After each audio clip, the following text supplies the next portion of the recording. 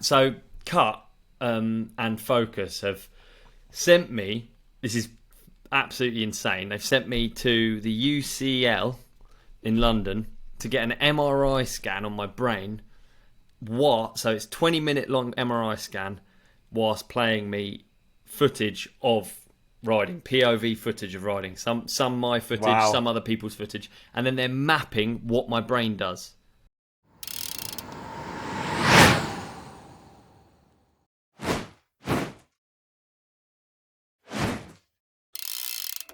'64, dude. I'm gonna do that for all of the '60s. Coming in hot with so much 64. energy. You got it, haven't you? The vibes are high. What's your '64 song? What was it like? What do you mean? What's my 64 song? Well, you were just doing a '64 song. I was hoping that maybe you could. I was just going like this. I was going 64. Okay. You know what? Nice. I would love to learn to sing. I don't know if you can learn. From that little. You must be able to. From that little. You reckon? Oh, I think if you're too bad. musical, you're not. It's too bad to even bother. Well, I think after hearing your little section there, we might be a bit too deep to fix this. Yeah, I think You know what I mean? as well.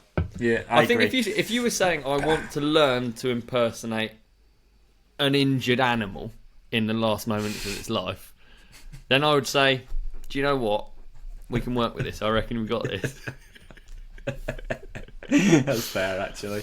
No, I think you can. I don't know nice. if you can learn to sing. I don't know. You always feel like you got the vibes up, you got the music on in the house. Maybe you're cooking. This is what I do, right? Yeah. I put Yeah. really loud music on. Yeah. I cook, I clean, I sing, and the moment that music goes off and you hear your voice, you go, "Oh God, Yeah. that's fucking It's that's tough, isn't it? bad." Yeah. Like, that's bad. You do think sometimes you think actually this could, I could be up there. I could be on X Factor, maybe make a bit of a name for yourself. Maybe make a career out of singing badly, like some people sing badly. Coldplay, he doesn't sound good. And it was all It's out of yellow. It's out of Is tune, it? Yeah. Yeah. How I many don't people know. use autotune? Fucking loads of people use autotune. That's true. Shall I learn to sing for the podcast? I'll commit for Dude, 3 months, 6 please, months. can you do that? Please, can you do that? Because I just want you to sing. The thought sing. of singing a love... I think I'm just the wrong person for it, because the thought of closing my eyes and singing a song about love is so insane to me. Like, I'm so incapable of doing that. It's not... It's that I can't be serious for that amount Would of time. your better half like it if she came home one day Serenading her. and you were sat on the sofa, you had a guitar, Naked? and Don't you were have to just... Don't have to be naked. Okay. You could yeah. be. You had a Just guitar. Building a picture. Yeah. Yeah. Okay, thank you. You sat there, you got your guitar, and you just start... Strumming. And then you could say. start... Yeah, not naked. Oh. Yeah. And then you just... Would she laugh, or would she go, "Oh, thanks"? I think like, it'd you be learned tough to not sing." to laugh. I do as well. Yeah. I mean, do you know what I just kind of think? Like, when you see like a good-looking dude and you see him do something, I like to imagine me doing the same thing, and how absolutely it wouldn't be the same thing. You know what I mean? Yeah. Like, if I flick my hair and put on a set of sunglasses, it's just not. I don't know. Like, it's just not. Or if I like walk out the water like James Bond. yeah, exactly. Ab One of up, those moments when you see yourself do it and you're like, yeah, hippie, it's just not tits it. are sagging. It's not. It's just not it, dude. a And it different can vibe. never be it. I've had a different experience of life. I've not had the experience of being... It's true, actually. If we probably got a lot of good-looking listeners out there, don't you reckon? Definitely. Or do you reckon we just got a troop of munters? Do you reckon... If you think you are the... Yeah, I'd go with the second one. If you think you're the best looking person who listens to this podcast, send a photo, send a brilliant. selfie. Brilliant. This could open us up to a world of abuse, not a world of abuse, but like some nasty stuff. But if you're confident, you think you're the best looking person who listens to this podcast, male or female, send a photo to the That'd be to great. the hotline, Send a dick pic. No, the photo. and Yeah, we'll throw yeah. it up. Yeah, We'll yeah. throw it up. Hey, do you know, I think about this a lot, right? I go for rides with, let's say I go for rides with my girlfriend and her friends. I thought you were going to On a say road go for a ride. ride with that good looking guy that we went for a ride with. I do that as well. That's another great That's example. annoying. I'd love to get That's him on. annoying. I'd love to get him on the podcast, dude, because his experience of the world is different to yours and mine. Maybe not yours, mine certainly. My only experience is all I can really talk about, but just how it is. I ride around with my girlfriend, for instance, and everyone's nice and happy, and they all say hello all nicely. I'm normally the aggressor when it comes to being happy and kind. I make an effort to say hello. Hello, how are you? Yeah. Lovely day. All of that shite. That's just a reaction to them looking at me like I'm going to rob them. It is a little bit. I go around with George, and people are just lovely. They're like, oh, look at that. What a wholesome group of people riding their bikes. Whereas when they see me coming, they think I'm going to happy clap them. The same goes for Simon. I've never seen someone get served a drink and like... I've never seen a girl flutter her eyelids at me in that way. It's insane, different. Dude. Oh, it's different, yeah. You hear their voice, you see how they play with their fucking hair and all that. I've never had it.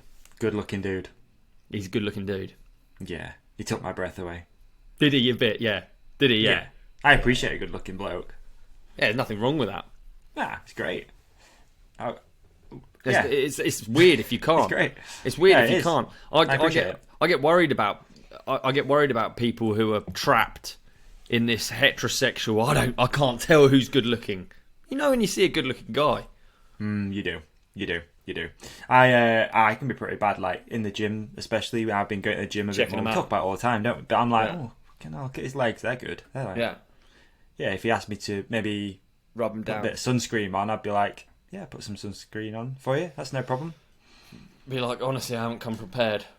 Flick out the sunscreen. Yeah. Tinted moisturiser. And he's like, is that lube? I didn't know KY made sunscreen. Oh dear, what's going on, man? What we got to talk about? Fired up for this episode. We've already done one, so we have already done one. We're ready. We're just knocking them out of the park. We are knocking them out of the park. Right. So I should do an update, a renovation update, shouldn't I? I've received a load of messages from the companionship from our listeners. Load of people actually offering a hand, which I was very touched by. Nice. We're at a stage now. It's still looking like a ruin, but we're doing good, right? We're doing good. We've got a boiler in there now. Okay, so to our listeners, we're at the shell stage at the minute. So everything's ripped out, and I've got to say a shout out to whatever attention disorder I have, because it's allowed me to remain. I don't know. That's actually not true of ADHD, is it? That you can... Normally you flick around subjects like I'm doing now as I speak. But I don't know what it is that's allowed me to, but just work mega hard and rip everything out under horrible circumstances. Shout out to Seb for helping me in some of the most horrible days. The itchiest, most gross days. We're now completely stripped out. We've got insulation back in. We've got the floors up. We're the new boiler's plumbed in. We've got all of the electrics in. It's looking good, dude. It's not looking good. Wow. I lied to you just then. Yeah. It still looks like somewhere that you can't live. But we're getting somewhere. Yeah. That's awesome. And what sort of boiler did you go for? Because obviously that's what people are going to be wondering straight away. They're going to be like, don't talk about bikes. Don't talk about anything. Talk boilers. Talk about boilers. What sort of boiler did you go for? Did you mix it up a little bit or traditional? Okay. I tell you what, it's actually a very current topic, because as we all know, with these skyrocketing energy prices, worry is higher than ever about how you consume your energy. And at this point in time, I decided, after looking through all the options, that a gas combi boiler was for me. Give it up for the gas combi boiler, everyone. Big up the gas combi boiler. I wonder how many of us get our water. Did you slide into the old Worcester Bosch DMs? I didn't. Give it the old... mate, I should have done an influencer one. Mate, 100%. I got a Worcester. Do you reckon Worcester boilers would have been up for mate, I just find it kind of funny if you just went for it just to see what happens. Like, do they even have an Instagram page? Yeah, I got a Worcester one. Arguably the most boring Instagram page has got to be. Imagine the marketing job for boilers. I reckon the person in marketing at at Worcester Boilers is going to have pink in their hair. They're going to be a nutty. They need to inject some energy into, Yeah. Right, accounts. Is there even? We've got Worcester Boilers Edinburgh. That's the only. Oh no, this is just a plumbing. We've just done a free plumbing shout out. Shout out. They don't have social media. I think I'm of no use to them. Okay. Anyway, right. I got the combi boiler, and I decided after much deliberation. Obviously, all this chat has left you thinking: should I be looking at an air source heat pump? Yeah. Should I be looking at blah blah this, blah blah that? I went with the combi boiler in the end. The house isn't a very big house. Okay. There's only 2 of us living there. We just can get hot water on demand. The mains pressure's good enough. We're fucking cooking on gas, quite literally. Brilliant. So, That's fantastic. Yeah, stoked. Okay. Yeah. Stoked. Electric wise, it's one of those things, right? I think I was like, I don't want to put money in the walls. You know what I mean? It's just a boring place to just bury all your money. You're trying to... Yeah, behind them, you mean? Behind the walls, exactly. You want to buy stuff that you can see and be excited about, right? A kitchen, a bathroom. You want to spend money there. You don't want to spend it hiding it in cables in the wall. But after taking everything out, stripping out, and seeing some of the old electrics that are in there, it does make you wonder. And really, since you plug something in, you can hear the plug like. The place is a wreck. It was a probate sale. It's never been updated, so it's like early 1900s. All of this stuff. Really? Yeah, dude. Yeah. How old is the house? Actually, that's a good point. How old is it? 19 something. I couldn't tell you. 1940s or something. But wow. Maybe it's all plaster and lath, and it's even got this like weird pine insulation. So it's just plants in the ceiling. If you take a ceiling down, it's just vegan insulation. Exactly. There you go. There you go. Well, lovely to have an update. So what's next on the agenda for the house? Like next on the agenda, we've got big shout out to Luke. I can't believe this is what the podcast is. Me shouting out I'm the electrician things at the moment, but you are. Yeah. No, this is what it is. Shout out to Luke. We're getting the wiring done upstairs. Shout out, Luke. Boom. Shout out to Seb. We're going to get the bathroom done. Boom. Yeah. We need a bathroom because then we can move in. If we can move in, we can just eat crisps. We don't need an oven.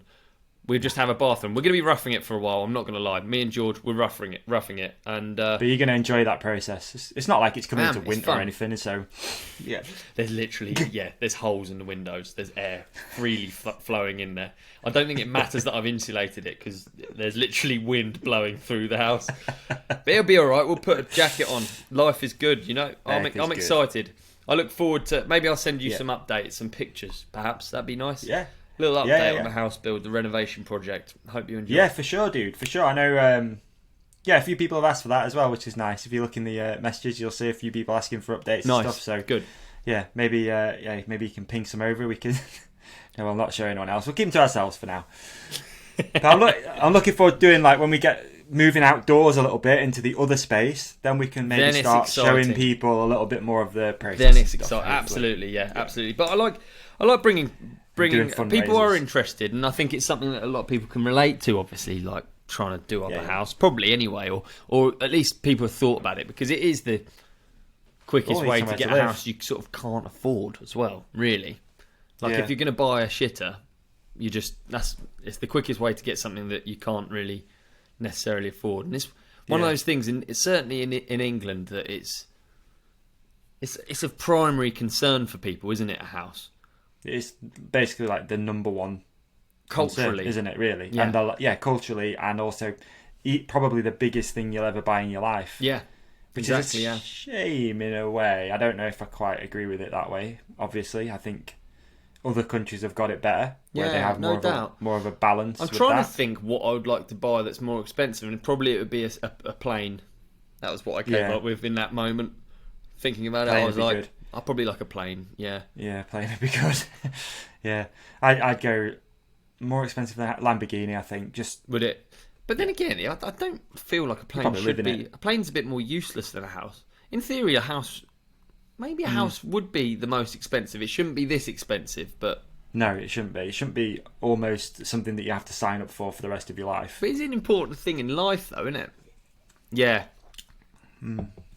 What do you mean? Yeah, well, where you being live, I homeless guess. Yeah. I'm just trying to think of things that are more important. That's what I'm trying to. I'm trying to think of things that I'd rather spend more on. But also, health, probably health, doing your teeth, getting a dick enlargement, that sort of thing. Yeah, definitely. Hair but it is transplant. important, and it can greatly benefit your life, obviously, if you have it right, and you've got it. It's something that helps you live a better life, if that makes sense. Not necessarily been flash or anything like that, but the fact that you have maybe a place to put bikes or a secure place to do this and that. So, do you know what's funny is like whenever I do something, I always think, why didn't you fucking do that earlier? Like, this does actually improve the quality of life. I go through life going, I don't need to bloody do the bathroom, I don't need to, I can put up with this, it's fine. And then you do it and you're like, God, my life is actually... This is an example of material things making your life better, but I can't tell... It's so nice having a nice bathroom, not having a shitter after I had a shitter for so long, or a kitchen, for instance. Just one that works, Yeah. I'm with you. Again, I do that exact same thing, actually. Yeah. I'm like, I don't need that. You don't need... I can get by. You'll be all right, yeah. Yeah, and then it's... mostly for me, it's been vehicles over the last few years especially. It'll be all right. It's good enough. Yeah. And then you just like, I'm lugging things in and out of the back of this. I'm scratching bits. It's like, no, it's not the right solution. You get something else and it makes your life way easier. They're just incremental, small things. I bet you sit in the front of that time van too, and you're like... you save time, don't you? Yeah, exactly, yeah. You know it's going to start. You get in that van, you know it's going to start. You know you've got room for the shit that you're going to put in it. It's just all of those worries removed. So money does remove, I guess. It's an interesting one, but it is fascinating process. It's funny, it's taken me back to being on site. I have so many funny stories from being on site. I can only imagine. I do. It was early on. It was like out of college, I guess. So I must have been 18. Okay, that's college, isn't it? I don't know. I didn't go. Probably. It sounds about right. Well, I think it goes school, then college is 2 years, then uni, and then uni. Yeah. You saw university, didn't you? Yeah, I went when I was older. Yeah. Okay. But only locally. I did a graphic design degree. Okay. Can't say it's hugely useful. In my experience, I was already doing it, but it was a good period of my life to do it. I think it was, And you have it. You have that thing. Like, it's a tick, isn't it? Like, you can say you have an actual skill that's verified. Not that I really agree with that personally, but it is verified by someone. I don't think that as an employer I would look at what the degree is. I do think the degree says that there's an element of like sticking power to someone. Like they stuck through it and did a shitty... do you know what I mean? It's like they stuck through it and they did a shitty essay at the end. That's almost the important bit. But maybe not with a vet. Maybe they have got a few brain cells. Maybe not with a doctor. I mean, it might be important what they did. If you're about to get your hair transplant and you ask what the bloke's degree is and he says surf lifestyle, you might be like, yeah, you know what I mean? English literature. You're like, exactly. At least you know the words. Exactly. So it's not useful, but I can't remember what we're talking about anymore. Me either. Oh no, I do. So it took me back to my days on building sites, and actually, I can do a few more things than I gave myself credit for in my own head, if you know what I mean. Yeah. You start something and you're like, oh Jesus, what am I doing? I'm sure you know exactly what I mean. Exactly what you did in your bathroom. Take off one tile, 5 come down, and you're like, yeah, call someone up. It's how I feel on a massive scale. So, not to 11 a reef but it is a big scale. It is way bigger. And I'm not going to lie, I do bathroom. Lie in bed and I do wake up at night thinking about it. I do. It is stressful. Buying a house is stressful, and I think renovating a house is stressful. I would love to hear the stories of our listeners and the companionship, because I'm sure many of you have been through exactly what I'm doing at the minute, living in... Well, I'll be about to live in a building site. Not like a bit building site either, as well. Yeah. I'll give myself credit. We're doing this properly. This is proper brick walls, no windows. Yeah. You know, do you have a rough date for moving or what? No, not really. It's tough. We're trying. Imagine. I mean, that's another thing. There's an element of like, you realise you're not at the centre of the universe when you've got a project like this, because you're desperate for people to come in. You want to pay them. And other people have stuff going on. They can't just drop it all and come and do your shit. So every day when no one's in the house, I'm like, I just want like the windows to arrive. I just want you're just stagnant. You want to do stuff. You want to keep it moving forward. So I think I'm similar with that.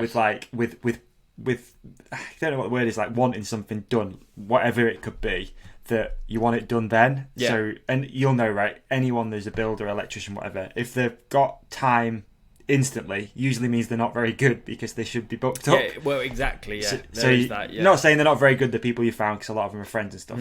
Just to edit that, but they are booked up a lot, and it's like, I want it done now. Like when I did the bathroom thing, it was just, I was calling everyone. I'm like, does anyone know someone who can come today and start this job? And it's like, it's not reality, is it? It's not going to happen like that day. It isn't. Think about your work, how like it doesn't work like that. It's not like life isn't like that. So yeah, it's a bad feeling. It's not. So basically, we're now at the stage where we're about to embark on tacking and plastering. Upstairs, only upstairs. We're tackling one floor at a time. We have two floors, just to ground floor, first floor. But we're trying to get upstairs done and plastered, and then we'll move on to downstairs. Well, it'll be plastering, then it'll be skirting and architrave, then it'll be decorating. What's an architrave? Is that around the tops? Yeah, around the tops, all around the windows. That's posh. But if you get if you get like cheap windows, quite often it's quite a good way to hide them. You sort of frame them. Right. Okay. Understood. All right. Or around door frames, have like doors have architrave. I don't know what I don't know what it is. Maybe I don't mean architrave. I just mean like the surrounds for every door and the surrounds. Oh, I don't mean that either. I mean like in the corner of the ceiling, like between the ceiling. Cornice? I don't know. And the roof. It goes in there, in that little bit, like a... Yeah, I know exactly what you mean, yeah. They have them in, like, posh houses, usually. Yeah. Yeah, I'm not having that. I don't know. No, I don't know. We're not having that. We're not having that, but we might put some around the windows, because I'm having cheap plastic sponsored windows. by Juicens this week. I know, right, imagine. I mean, dude, if you see how much material prices are, like, this is something I've never had to deal with, because when I was working on site, it was obviously someone else's responsibility to pay for it. I just came in, collected it, went on my merry way. It is shocking. It's absolutely shocking. It changes by the day. It's like you talk to someone in a paint shop and they'll be like, mate, I'd buy that up. That's going up next week because of oil prices. It's like literally that turbulent. All of the pricing and all of the everything. Yeah. It's not. No one's making a mint off it other than miles back in the line. So these shops are just stuck there with these fucking crazy turbulent price changes. And yeah, I didn't think about that. Of course, oil based, isn't it? All is. Yeah, a lot of it is. Wow. Yeah, there's a lot of it at the minute. Just generally, material prices crazy. So I've been doing that. What else have I done? We had the MB party recently. We also had I've been shooting for Cut Media. What are you laughing at? What? Huh? I just thought it's 23 minutes in and we're just talking about house renovations.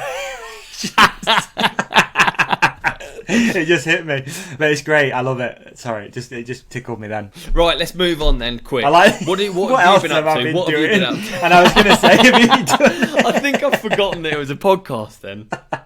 Just chatting. Yeah, off and the way, isn't it? To be honest.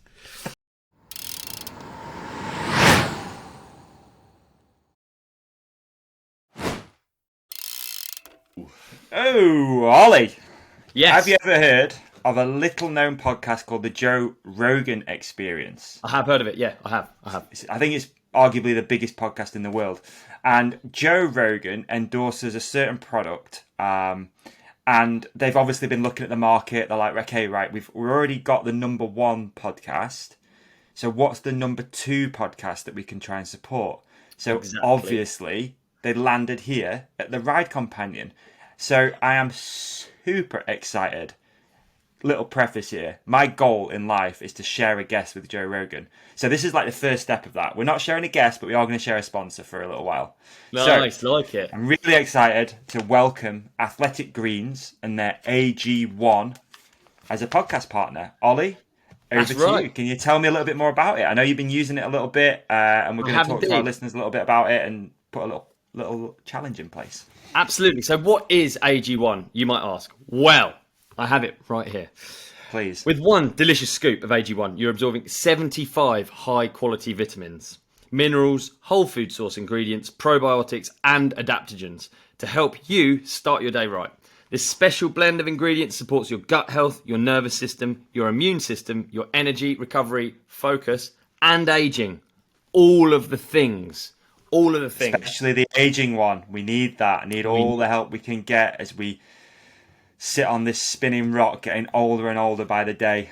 We do. Dude, I honestly love, as you know, right? We only talk about and promote things that we genuinely believe in. And this, I think, is quite important. Nutrition is super important, especially if we've just going into winter. We've just had a beautiful summer. Like, we're going into winter, it's going to get dark. You're going to need to make sure that your vitamins, your minerals, and your food is on point to make sure that you sustain a healthy lifestyle. Absolutely. I've got a condition. It's a condition. I've got it's called a syndrome, actually. It's quite interesting. It's called Gilbert syndrome. So I take quite a lot of supplements anyway. I take milk thistle, vitamin D, vitamin C, and they're all like loads of little bottles and capsules all over in the cupboard. AG1 actually has all of those things that I need in it in just one scoop. So for me, I was already into this stuff, and when they reached out, I was just like, this makes total sense.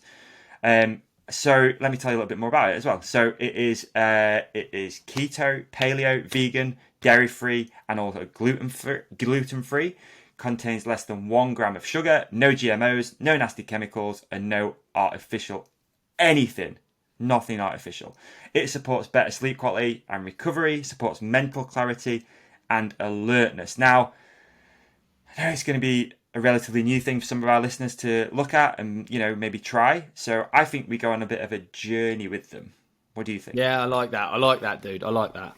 Yeah, I love the idea of this. I really do love the idea of this. This is 30 days. We're going to be trying Athletic Greens AG1. And I love the idea of just having something nutritionally complete. Everything's ticked off. You don't have to worry about doses, this, that. You can literally just take it first thing in the morning when your stomach's empty. And in theory, you are nutritionally complete. I like the idea of that. I like the way that sounds. Dude, I'm going to do it. I'm committing 30 days. I started today as of recording this episode. There's going to be a little vlog thing up on our Clips channel. So I'm going to try and track my journey with trying AG1 and maybe some of the benefits and things that I feel as I'm going through the next 30 days. If any of our listeners do want to come on this journey with us and would like to try AG1, then do we have a little offer for them? Maybe something we can throw in? We do. We can make it mega easy. Athletic Greens is going to give you a free 1-year supply of immune-supporting vitamin D and 5 free travel packs with your first purchase. This is exclusive to our listeners. All you have to do is visit athleticgreens.com/ride companion. Again, that's athleticgreens.com/ride companion to take ownership over your health and pick up the ultimate daily nutritional insurance. I like that as well. Ooh, I like that. Nutritional insurance. Because sometimes you don't know, do you? You don't know, am I getting a balanced diet? Am I ticking all my boxes? Am I dotting my I's, crossing my T's? With this, you're sorted. No more excuses. Be a better person, better athlete, better person. just better. Big up Athletic Greens and AG1. Many thanks.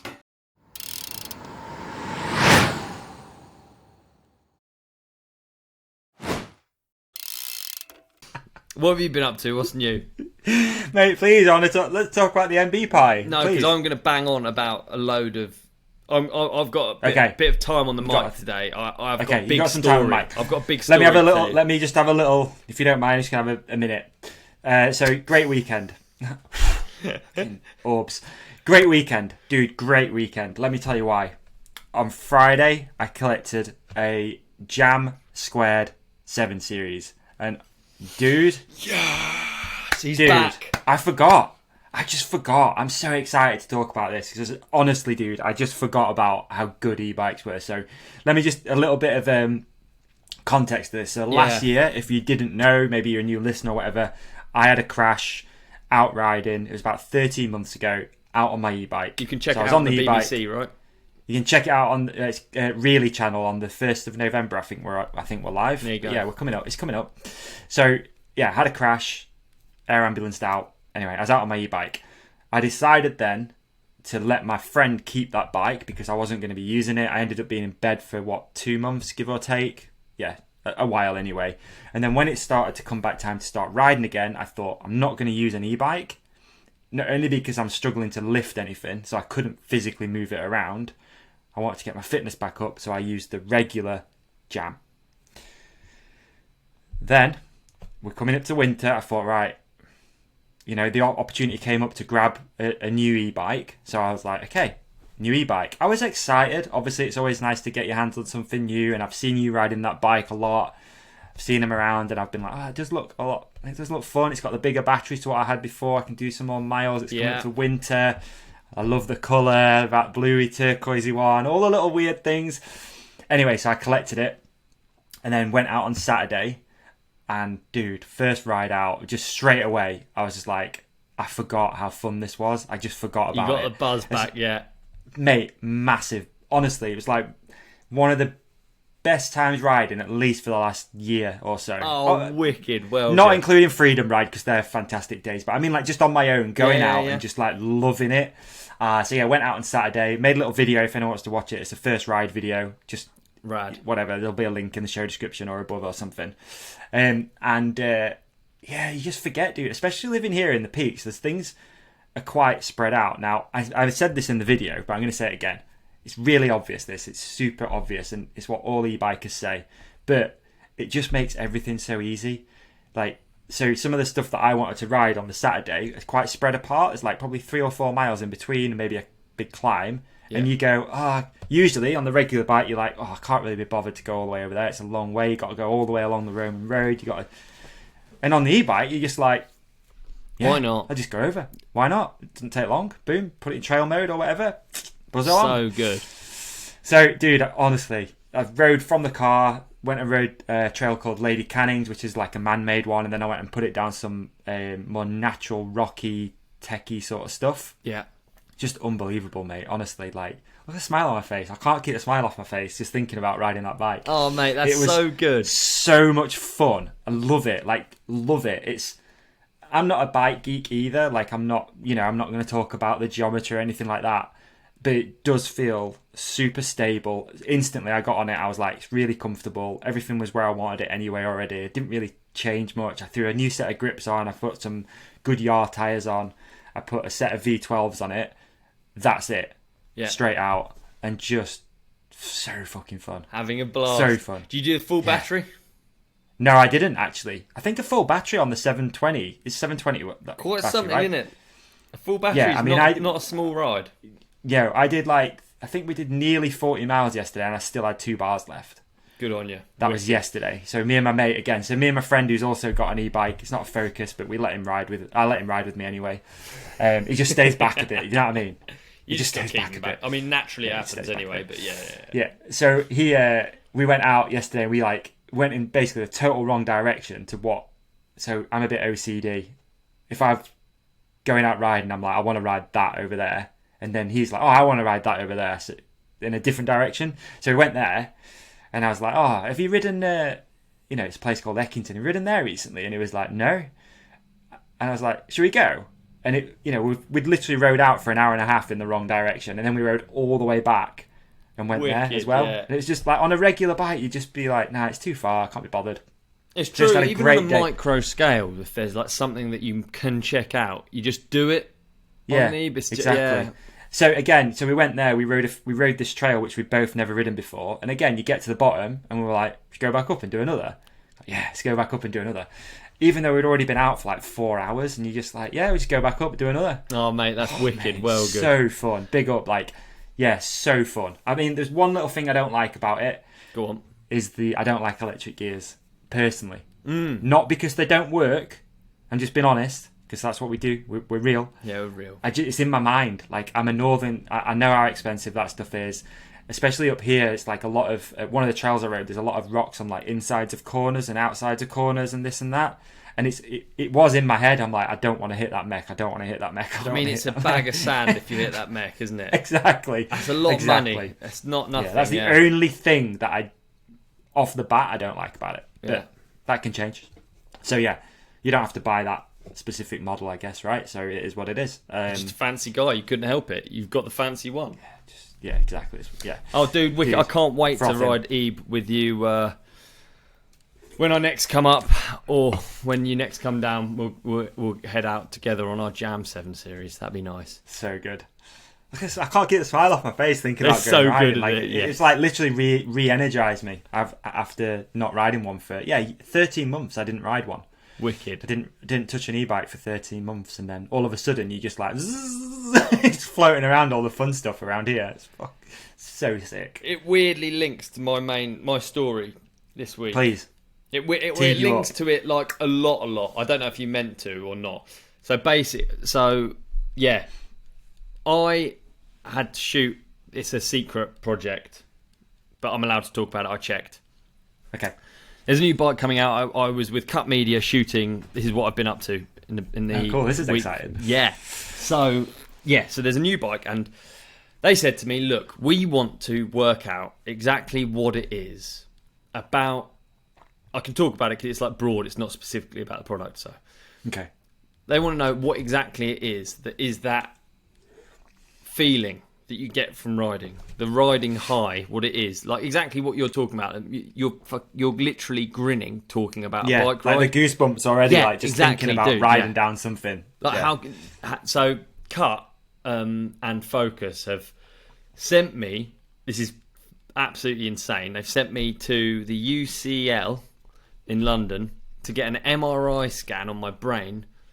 So it's 20-minute long MRI scan whilst playing me footage of riding, POV footage of riding, some my footage, some other people's footage, and then they're mapping what my brain does. How insane is that? That's cool. That's really cool, isn't it? So I went into it. Yeah. So, talk about it. I want to know what's the experience like. So I have no results back as well, so I can't talk about actually what happened. So I can't talk about what I've actually... you're just like dead inside. Yeah, nothing. Mate, there was so much about the day. We showed him disc golf. Loved it. Yeah. Spike in interest. There was so much about the whole day that was just absolutely incredible. Like we hung out with like the head of neuroscience there. Wow. It made me think about another thing, actually. It made me think how blessed I am to be of average intelligence. You know what I mean? No. Where would you say you sit on the intelligence level? Out of 10? Just, you know what I mean? Where are you sat? 4. Yeah. All right, so 4. So mid-pack. I'd consider myself the same sort of region. Mid-pack finisher. We're mid-pack. We're not... Nothing going on here that's particularly special. We're mid-pack. So, we go through life, right? We go through life. We head into London. We have some frustration going into London. You see someone who can't work out how to open a train door or something like that, and you think, oh, that person, that's frustrating. I'm experiencing frustration from encountering someone of how I would perceive perhaps lower intelligence. And then I go into the neuroscience thing, and I see someone, and I speak to someone who's of much higher intelligence, and I think, wow, I sit in awe of their intelligence. And then I carry on, and I see someone get stuck in a lift, and I think, levels to the game. Yeah, what I'm saying is my experience of the world is actually quite balanced. I can experience from both ends of it's. Some people I talk to, I know what they're going to say. Some people I talk to, like the neuroscientist, and I think, oh my goodness, this is everything you're saying is like a gem. You're like so smart. You know what I mean? Yeah. I love that. I think that's why I like podcasts so much. Yeah. Because I enjoy listening to people and watching them like explain things that you have no idea of. Right? Yeah. Every time you see Elon Musk on Rogan's podcast, you're just almost watching him trying to dumb things down for Mate, like less smart people, right? That's the best way of explaining exactly how this bloke was talking to me. And really? I could tell he could finish every single one of my questions. He knows what I'm going to say. Okay. You know what I mean? Yeah, he's had it. He's had it, and also his brain is mine's like a what should we say? A low end golf. Goldfish. Oh, okay. I don't know what the goldfish car example would be, but mine's like a low end Golf. Okay. Yeah, where he's got like a Ferrari brain. I think it's sometimes when I speak to my other half, I think, God, you are really a very basic individual compared to her. You know, like she really understands. Right. She really understands things, really, and I don't. I just muddle through. Yeah, but I got that feeling talking to him, and then I thought, fuck, how annoying. His whole life, everyone he speaks to. If you're that smart, nearly everyone you speak to is dumber than you. Yeah. So you're just speaking to person after person, and you're just like, oh, please tell me more. You had a nice holiday, did you? Yep. Yep. Okay. And even he knows it down. He knows like how brains work on a mechanical level. So he's like, oh yeah, they enjoyed the sun and the feeling so of different. You know, it's like yeah. Oh mate, so it was different. wicked. I didn't stop with the questions. It was fucking unbelievable experience. You're Big like you thanks were at the to Red Bull thing. Yeah, exactly. Big thanks to Focus, Cut, and UCL, the professor as well. So hang on, we got to. I'm just shouting a thanks because I had a wicked day. Okay. We just tickle around this a little bit more. So what's the actual machine like and stuff? Like, what did you go into? So have you ever had an How MRI did it work? scan? No, I don't think so. Okay, Is that the lay down one? Lay down one, you go into a tube. Goes around, yeah, I have very that. noisy, very noisy, yeah. So well, I can literally bang on about this for the entire episode if you want. So, and the MRI scanner that we were at, you have to obviously not have any magnetic metals on you, any ferrous. Is it ferrous? I think that's the word. Ferrous metals on you. That the reason for that is that it is 3 Teslas in strength. The magnet used in the MRI scanner that we were on. That doesn't mean anything. You don't need to know what a Tesla is, but a single Tesla magnet, 1 Tesla, can pick up a truck. So like those magnets that pick up trucks, those electromagnets, they are 1 Tesla. So you can imagine times 3. It can pick up a truck. Wow. It's times 3. So you're going in there. If I walk into the room and someone chucks a handful of ball bearings, they would just suck through me into the machine. It's like unbelievably powerful magnet. It's like X-Men Magneto levels of power. Wow. So how crazy is that? So obviously, they not frisk you down, but like you have to 100% make sure there's nothing on your body that has that. Absolutely, yeah. There Otherwise can't be anything, yeah. Wow. Yeah, so there can't be, That's cool. cool. The tiniest little thing can't be metal, and you go through a scanner to make sure. How crazy is that, dude? I didn't know that. And that's crazy. The thing really about magnets, probably that we've already explained before, about the Stans Mark IV M-Pulse hub system, but basically, the closer you get, the more powerful the magnetic force is, which isn't the same as every force. Like a spring compressed is at its most powerful when it's compressed, whereas a magnet is most powerful when it's closest. Do you see what I mean? Yeah, yeah. So the ball bearings would speed up and go through. Oh. Like it's really, really insane power. He talked about someone left something in the room and it wrote off like a something £1 million machine. These are very expensive machines. Yeah, hard to get it off too. It's stuck there for a long time. Oh yeah, it's like it's stuck, almost hovering, frozen. Yeah, in this circular plane. Fuck, how interesting is that alone? That's really cool. Crazy, because I was like, he asked me all about all my like metal that's in me, and obviously they don't. The reason they don't put in anything magnetic is for this very reason. You don't. That'd be terrifying, wouldn't it? You walk into that room and all of a sudden your ankles flying towards a machine. Oh my god, yeah, pulling out through the skin. Like Eric Cantona when he jumped into that. Yeah, into the fan. Yeah, exactly. So yeah, we don't have any results yet, but I can tell you it was bizarre just talking to the guy about exactly this subject, what it is that makes you still be grinning from your ride. If we think about the ride right now, you're hyped. That feeling when you're on your bike, that feeling, what it is, and I found it amazing how like mechanical he could speak about just what I would consider like a simple joy. Okay. He spoke about regions of the brain and what activity in them means. and it was so interesting, dude.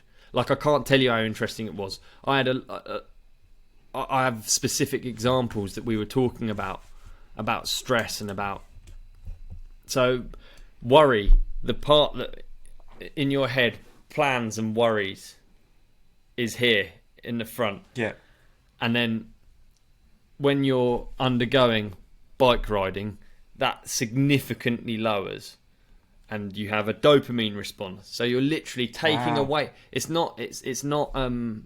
Oh, it takes away. What riding takes away your worries. It literally takes away your worries. It quite literally. Your brain can't function. It can't do all of that planning and all that worrying when it's having to make that many decisions. And he talked about. I can't remember all the different things, but when someone talks to you about them and they can rationalize them, it's so fascinating. You realise how stupid you are, but also you realise that when you talk to someone about something that they really know about, it's like he made it easy for me to understand almost in that moment. That's right, cool. I mean, you've just said it really eloquently in a way, right? Because it does make sense when you break it down that part there of your brain is going to be less fiery because the other parts take over and you have dopamine, probably overcome all the other stuff. It kind of, what a great podcast guest this guy would be. Oh man, he'd just be talk the about best. Literally just this. Absolutely, this subject alone, dude, because there's so why many biking, different layers. Why our hobbies actually are that thing that you need in your life. Yeah. Absolutely, and then we talked about the evolutionary reasons, which I could honestly sit and chat with this dude for, a whole day without running out of questions, because he has the answers. Literally just that, and it's not the same as looking it up and reading a scientific paper on it. He could put it across in a way that I understood, which I think is what made it such an amazing experience. Because I was talking about what the evolutionary benefit is to some of these things, your fight or flight mechanism, and things like that. And it was fascinating to hear his.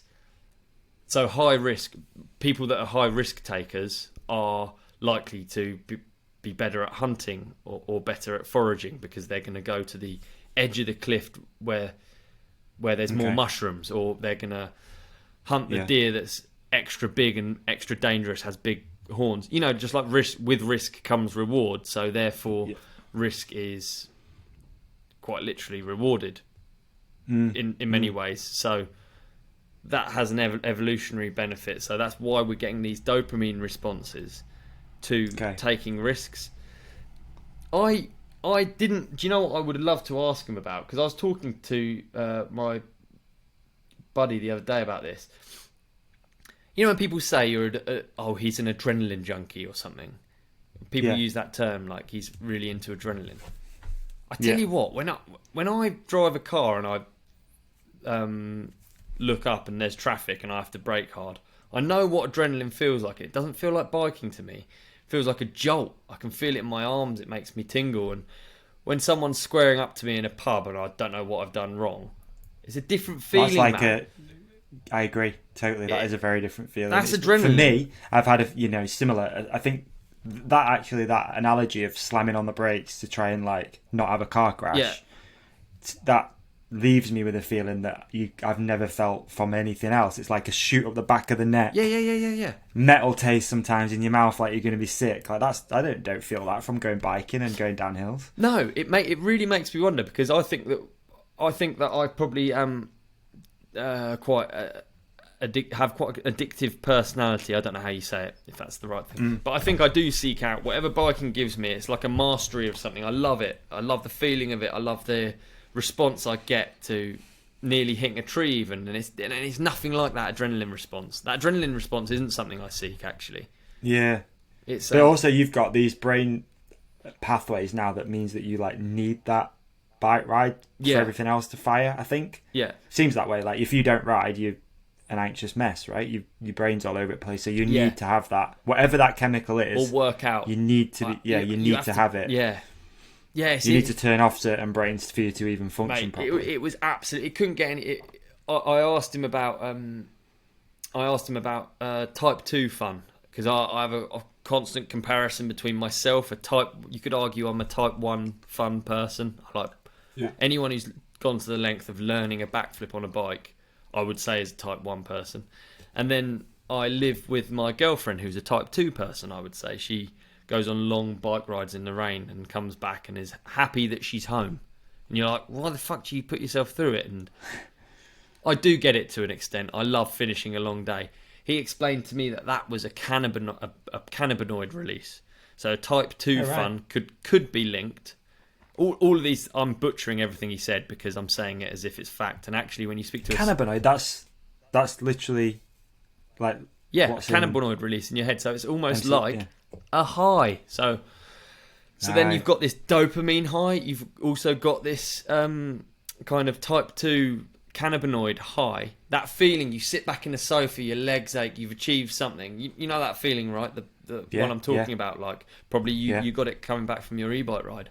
So it was so interesting. Something that before I went over there, it was such a simple idea. What makes you tick? What makes you enjoy bike riding? What is the riding high? And then after a day there, it made it one of the most fascinating experiences to really go with someone who understands and have it explained to you. And that's right, cool. Yeah, mega cool. Makes you think as well, doesn't it? Really cool.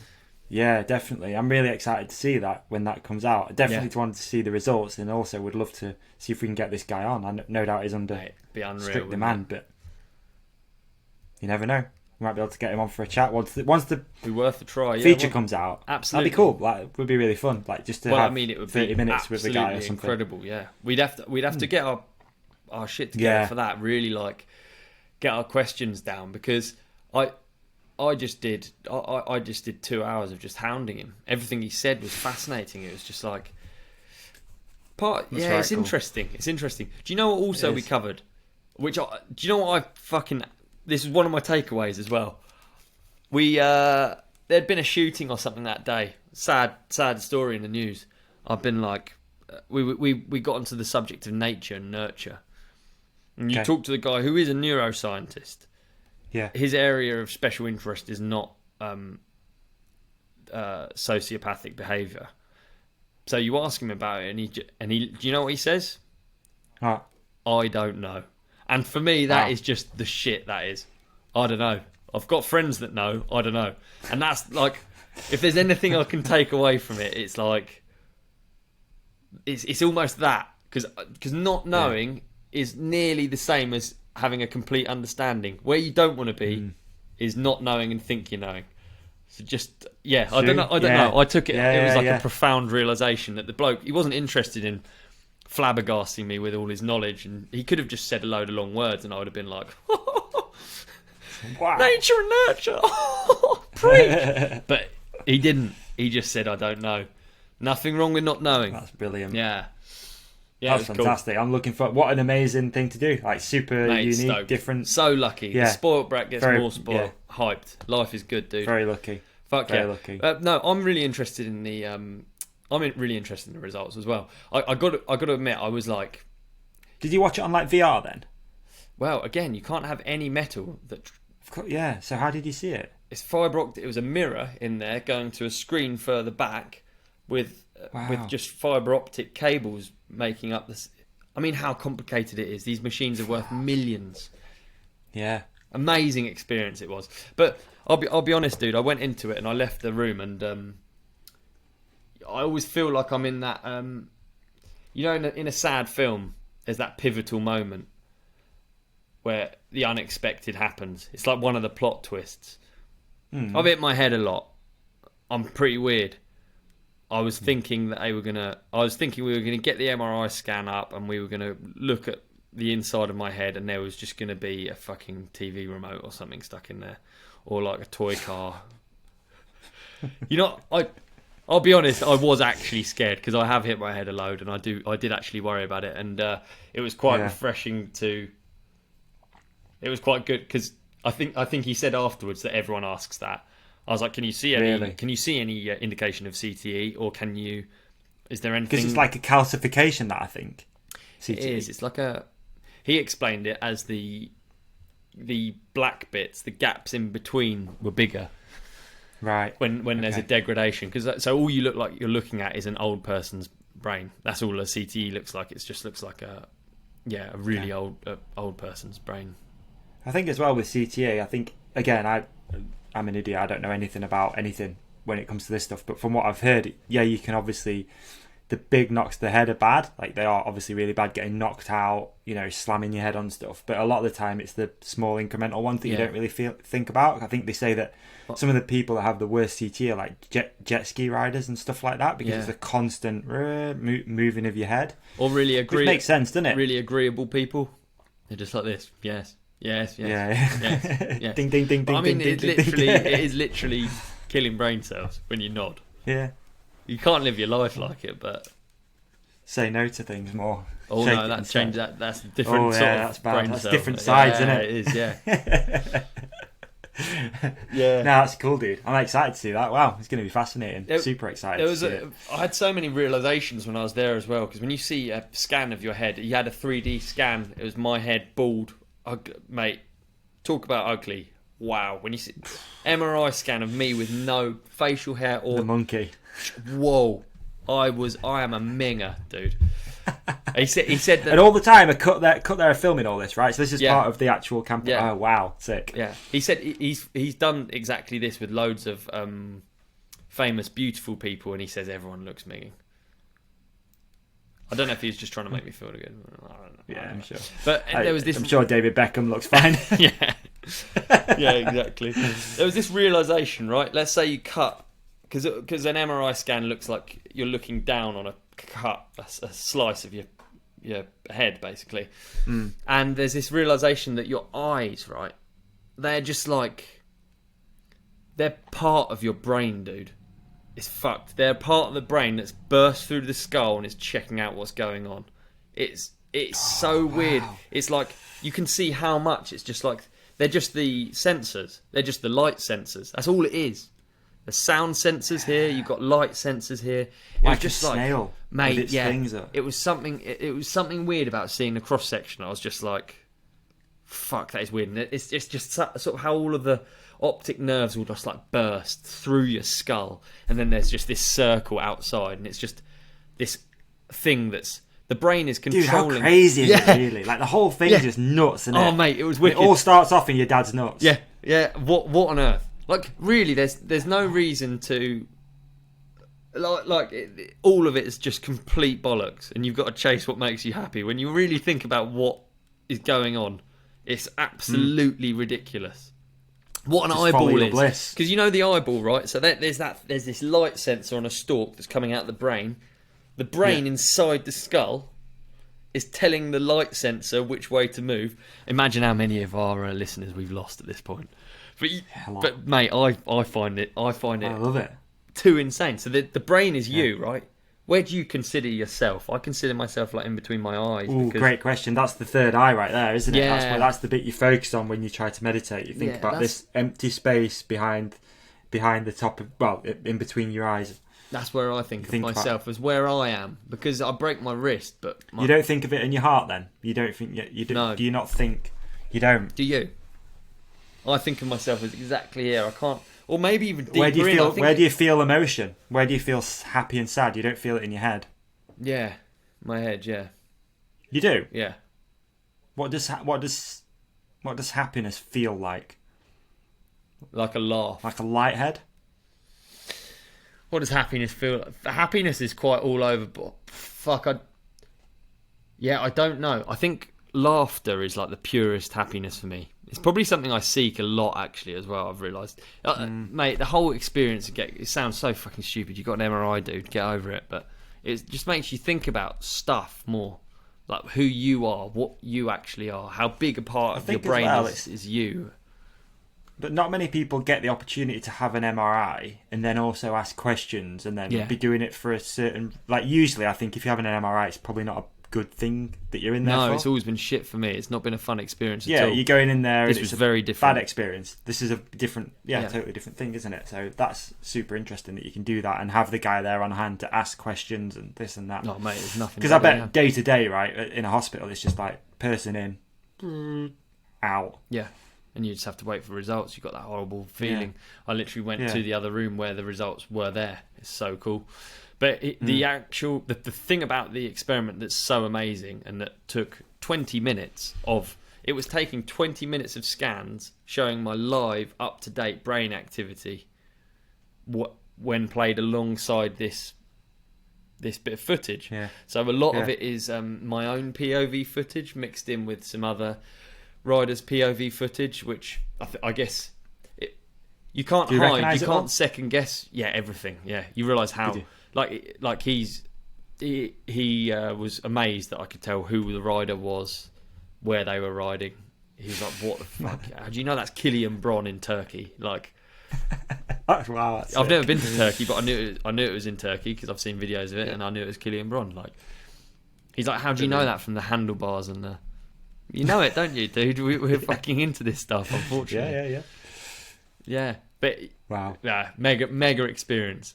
I like thinking about that, like what actually you are, where it is. So you feel emotion in your actual heart?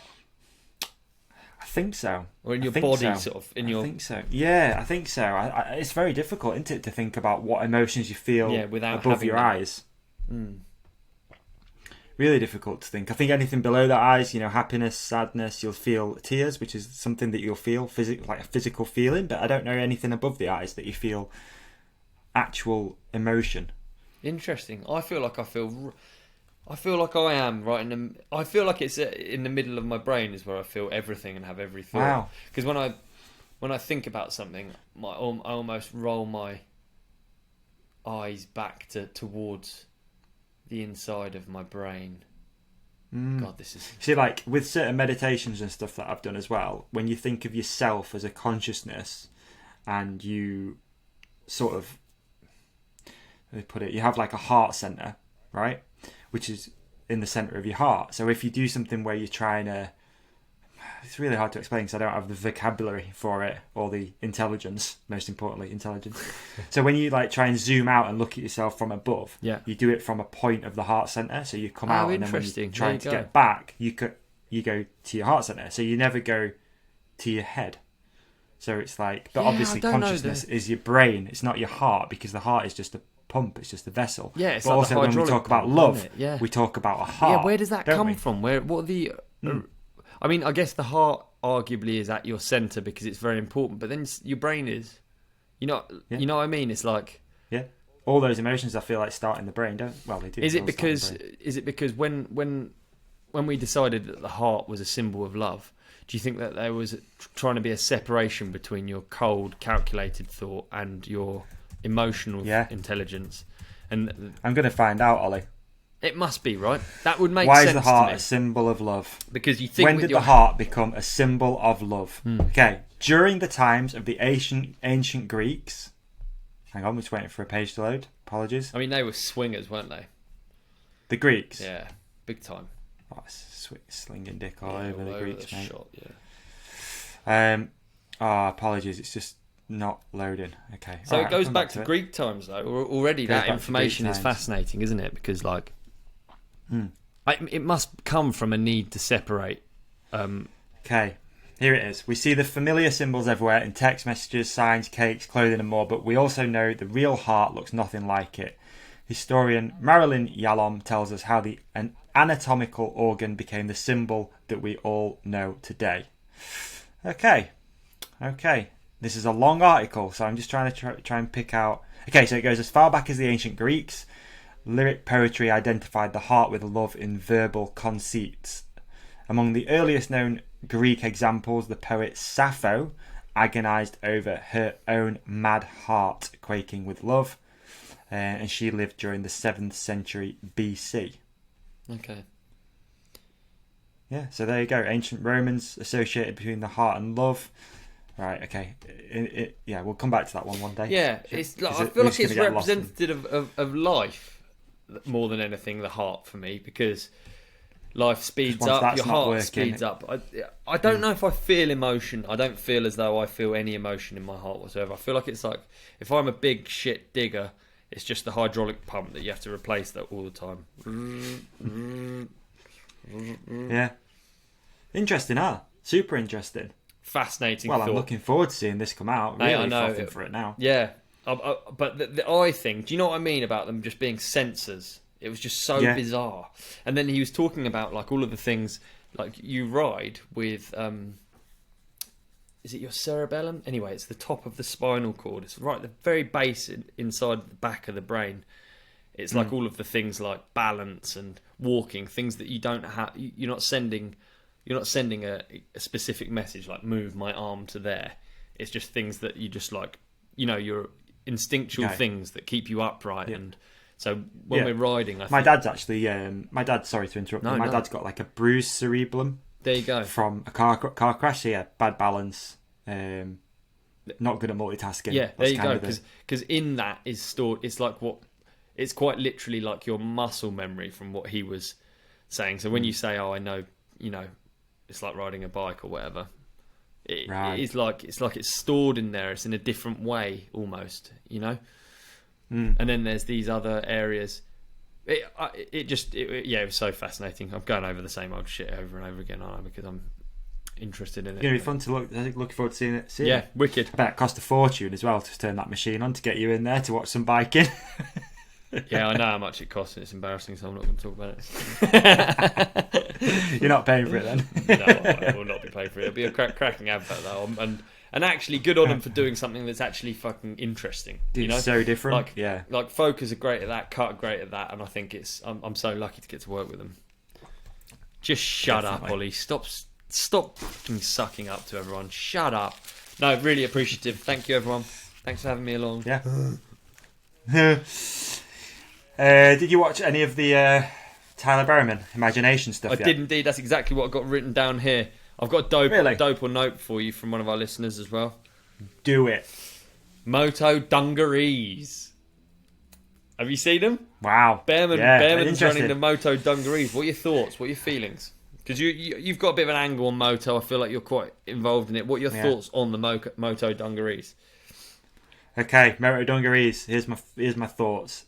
For someone like Berryman, good. Yeah, you can pull it off. Yeah. I don't know what it is about him and Axel. There's a few guys out there that are at the peaky end of the free ride moto They're cool, aren't scene. they? They're just cool. They could pretty much wear a jumpsuit and you'd be like, yeah, that's pretty cool. If you can turn up on a motorbike like that, yeah, you're gonna get away with dungarees. Yeah. I think if you're doing tricks and moving around the bike a little bit more, probably not so good having two straps there. Oh, I don't want to get caught. That actually, yeah. It's a good point. I guess they're not doing tables. Tables are the most dangerous for that. But yeah, you get something stuck in there. So that's something that I'd be mindful of. Yeah. Dude, what a fucking great event. Very cool, isn't it? The clip that's gone viral is absolutely mind-boggling. He's wearing a set of white dungarees in that actually, as it happens. But I think sorry, what about you? Dope or nope? Sorry, dungarees. Oh, I don't really. I thought it was a good dope or nope. I don't actually have an angle on it. I just thought, yeah, he was wearing dungarees. Good on him.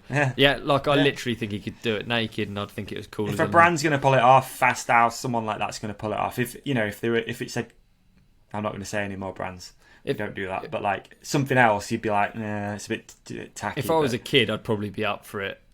Something about brand power, isn't there? Bearman doing that sort of stuff. Exactly. Pretty cool, isn't it? Yeah, exactly. But, I mean, Imagination, I think, is an amazing event. It's like another one of these standalone events that Red Bull do so well, where you kind of get to see little bits that you wouldn't normally see. You get to see people. It feels more like riding. It feels terrifying for me to watch it for some reason. I just feel like it's like Rampage for motorbikes, and we all pretend like, woo, yeah, doing your jumps, but it comes with great consequence, and it's fucking gnarly being one of those tap dancing monkeys. Big boy stuff. Yeah, in it. That is big boy stuff. And it just is amazing hearing him talk about like what gear to hit something in. Yeah. Like, this one's third tapped, or like, I've never understood that. Different bikes, maybe a different gearing. You would, you would have thought, wouldn't you? And I love how they all talk to each other, and it's like a code that we can't understand. I don't care if you think that you ride down your local track and you think you understand what Bearman means when he goes, it's just third here, or Hundo. Like, you know that when they're doing it to each other, it means more than Yeah, they're like dolphin speak. Yeah, it is, yeah, isn't it? You just get it. It's so impressive. But dude, I just love as well. Obviously, you watch things a little bit differently these days, and the fact that they put 2 like teaser episodes out, which was really behind the scenes. Yeah. For me, again, you want to see the first day of practice was the most interesting to watch because they're all trying to figure stuff out. Yeah, and you can see that some of those hits, you know, the 120, 150, 160 feet, and they're hitting them for the first time, like just trying it, and there's a lot of science in that. Obviously, you know, you speak to any moto guy, it's not as simple as just third gear, whatever. Like, they know that jump is this angle, it's this far, it's roughly this throttle, this gear, right? Yeah. But when you see like that, again, that clip that's gone viral of Berriman hitting that transfer is just mind-blowing.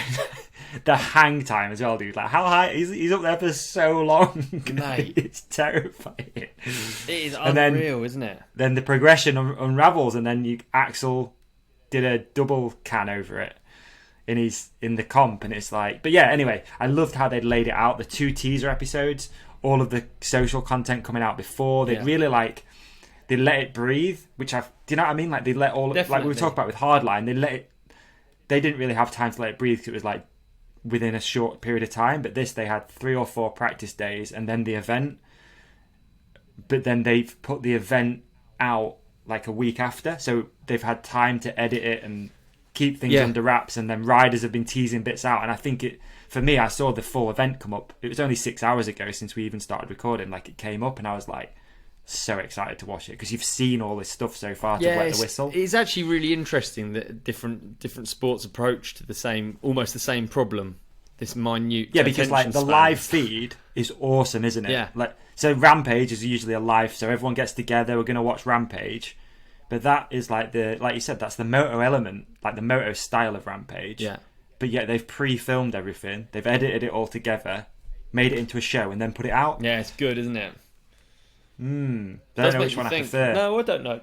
There's something in a live event. I don't know what it is. There's something in watching it live, even from your home, that feels like it's happening in real time, doesn't it? Like, you don't know that there's something rough and raw about when it's live, and something a bit less special when it's like, it was at that point when Tyler knew he had to lay down his best run. You know, and it's like, that's true. There's something not as good about that. It just feels overproduced. I don't know. Yeah. I don't know what it is. I don't know where I sit on it. I don't know. Like I say, I enjoyed that. It came up. It's 50 minutes to watch the whole event. So if that was live, what would it be? 3 hours? 4 hours? Probably, yeah. So you're like, I don't really have time for it. So I don't know. I enjoyed it. Great event. Brilliant awesome to see people. Axel Hodges, dude, just blows my fucking mind every time I see him on a bike. Like, you think he's done everything he could do on a bike, and then I think his run was like after Tyler's, maybe 2 people after, and that Tyler hit that jump, that big step up, that big transfer, and then Axel hit it first thing he jumped on the whole course was like hot, literally rolled in straight at that thing, double can over it, but then he's continued to throw loads of tricks in. It's like a different vibe to what Tyler was doing. Obviously, Tyler was just doing like whips and just really stylish, whereas Axel was pushing it a bit more with flips and tricks and stuff like that. It's funny, isn't it? Because it's so like sick. There's such a massive difference between like the free rider and an FMX guy. Because Axel and Tyler are both sort of like the flips are quite sketchy almost. Yeah, totally. And there's something in totally. that. It's It's wicked. not really It their makes thing, it but more, they've adapted to it, right? It makes Recently, it more they fun to started doing watch them in a way. Yeah. You watch someone who's fucking brilliant at it and can do all the combos. It's like almost less entertaining. I don't know, for me anyway. Yeah. Great event. Loved it. Yeah, it's brilliant, isn't it? We'll put a link in the show description if anyone hasn't watched it, whether you're a Moto fan or not. You'll enjoy it. Right. So that's your watching. Brilliant. My watching is fighter jet moves. I've been on an aviation. Of course it is. So, I didn't realise that the current generation of fighter jets can do a move called a tail slide or a cobra. Now I'm gonna get a video up and send it to you, but can you picture what either of those are? By the way, I mean it's literally unbelievable. What was the first one? A cobra. So the first one is a tail slide. tail slide. Yeah. All right, I'm going to imagine that is a fighter jet coming along. Let's say it's going horizontal across the sky. It's then literally going to do like an ice hockey stop. It's going to whip the back end round, still while going perfectly horizontal across the sky, and then it's just going to bring it back. Imagine it as it's a whip in a plane. That's what it is. Okay, that's what a tail that's slide what you is. think. It's a whip in a plane. Right, I'm just getting you the link. Unfortunately, there's adverts.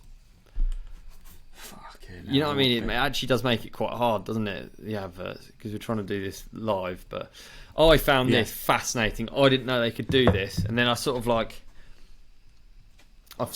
since I watched Top Gun Maverick, great film by the way, thoroughly enjoyed it. Have you watched it yet? Still not seen it. No, I've not seen it. I need to see that. I really enjoyed it. It's just like an old school film. Yes, it's cheesy. Yes, it's obvious. It's good fun. Yeah.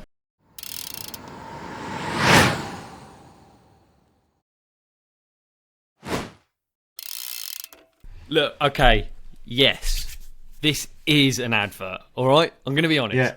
But equally, we're nice with it. We're organic with it, and we've had a lot of questions. Insurance is a difficult thing. It's confusing. There's a lot going on, and people want to know about Lacquer. They want to know about our partner and what they offer. So what we thought we'd do for this advert, it's a bit of a different advert. We're going to just go through some of the most commonly asked questions, Davey. Is that right? Yeah, that's a good idea. Love it. Perfect. Number one, I'm coming in hot. Why would I need bike insurance if my bike is covered on my home contents insurance? Mate, I wish I had £1 for every time someone sent this message to the Instagram DMs and emails. Okay, so this answer, after we received it, comes direct from the guys at Lacquer. So, most people with higher value bikes don't realise that the risk they're taking by relying on home contents insurance to cover their bike, whilst your home insurance policy might provide some cover for bikes, is not likely to be adequate or cost effective for an avid cyclist. Let me keep going. Bikes. Yeah. If you were to claim on your home insurance, you might end up having to pay a hefty excess. It might significantly bump up the cost of your premium. Your bike might also not be covered when it's outside of your house. Lots of stuff to think about. Lacquer's advice, definitely check the fine print of your policy wording. When claiming on your Lacquer bike insurance policy, you'll never have to pay an excess. Let me repeat that. When claiming on your Lacquer policy, you'll never have to pay an excess. Does that mean there's no hidden costs? There are no hidden costs, mate. What's more, claiming on your Lacquer policy never impacts the cost of your premium. Your bikes, helmets, clothing and accessories are all covered from accidental damage and theft from anywhere in the world. Wow, it kind of gets on to my next question actually, because my next question for you was going to be, does Lacquer bike insurance cover travel? Yes, of course it bloody does. Worldwide travel is included as standard. Your bike and gear is covered from anywhere in the world for up to 120 days. Lacquer definitely encourage people to go and enjoy the world on their bikes. All right, sounds You've got great. all the answers. These answers are good. They're actually very useful, aren't they? This is a good. Come at me. This is good. Come Right, on. Give me more. okay, dude. Does Try and Lacquer catch me cover out. me? Okay. Does Lacquer cover me for cycling races and events? Then I'm trying to catch him out. Okay. I'm trying to find All right. a gap in the, Okay. Insert Olly racing joke here. If anyone's got one, let us have it. Leave it in the comments. Yes, of course, Olly. Though Lacquer understands these are a big part of cycling, so they're covered. Just check the exceptions if you're racing at professional level, as there are a few. So that's important. Yeah. But for most people out there, covered at a race. That's the bottom line. Come on. Dude, question number 4. Does Lacquer cover you if you lose your bike? Yes. Go on. Okay, well, I'm pleased to carry on. If your bike gets lost when being handled by a third party, such as an airline or a courier, you, sir, are covered. Man, could have used that when I got to Whistler. Question number 5, our last question. Can you give us an offer to try Lacquer out? Davey, hit him, dude. Here we go. Let's bring this one home. Sure, you can use the offer code RideCompanion30 What is it? Ride Companion 30, all capitals. All capitals, to get your first 30 days cover for free. Lacquer bicycle insurance is 100% flexible, so you can cancel for anything, or you can pause it at any time. Lacquer also offer a 50% multi-bike discount for any additional bikes you apply to your policy. That's right. All you got to do is head to Unbelievable. lacquer.co, enter the code RideCompanion30 at checkout, and you will get your first 30 days cover for free. And you never know. The thing about the first 30 days, they might be the days in which all of your stuff is stolen. And then you'll be happy you entered. You know what I mean? Yeah, the first 30. They could be the First days. 30. So head to lacquer.co. Yeah, act now. Act now. Exactly. Act now. Head to Because they're lacquer.co. Enter the code RideCompanion30. Thanks, Lacquer. Appreciate you, Lacquer.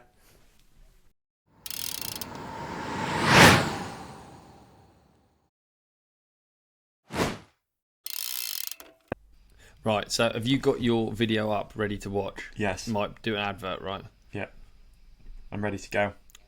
Are you ready to go? Have you got your, mine's doing an advert at the minute. I'm out of the ads. Basically. Ads have gone. So I can immerse myself in these things. I can imagine that I am the guy in the plane and what it feels like, because I'm very lucky that I have a good imagination. But imagine being in a chair with a joystick in one of the most powerful things in the world right now. Yeah. You're one of probably, I don't know how many, 20 people that can fly this plane.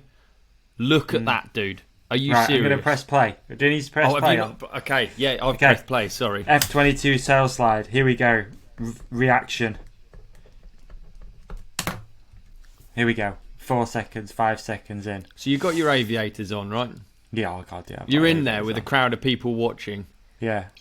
Flying through And then the you're sky. just going to crank up G's. Whoa. What?